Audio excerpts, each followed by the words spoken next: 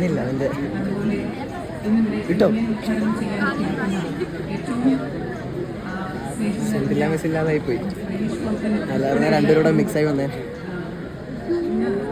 കേരളത്തിൽ മാത്രമല്ല ഇന്ത്യൻ സിനിമയിൽ തന്നെ ഏറ്റവും കൂടുതൽ സംഭാവന നൽകിക്കൊണ്ടിരിക്കുന്ന നിരവധി ആർട്ടിസ്റ്റുകളെ ഇവിടെ അണിനിരത്തിക്കൊണ്ട് മഹാരാജാസ് കോളേജ് യൂണിയന്റെ ഈ വർഷത്തെ ഉദ്ഘാടനം നടത്തുക എന്ന് പറയുന്നത് തന്നെ മഹാരാജാസ് കോളേജിന്റെ ഒരു മഹാരാജകീയതയാണ് നമ്മളിവിടെ വെളിപ്പെടുത്തുന്നത്.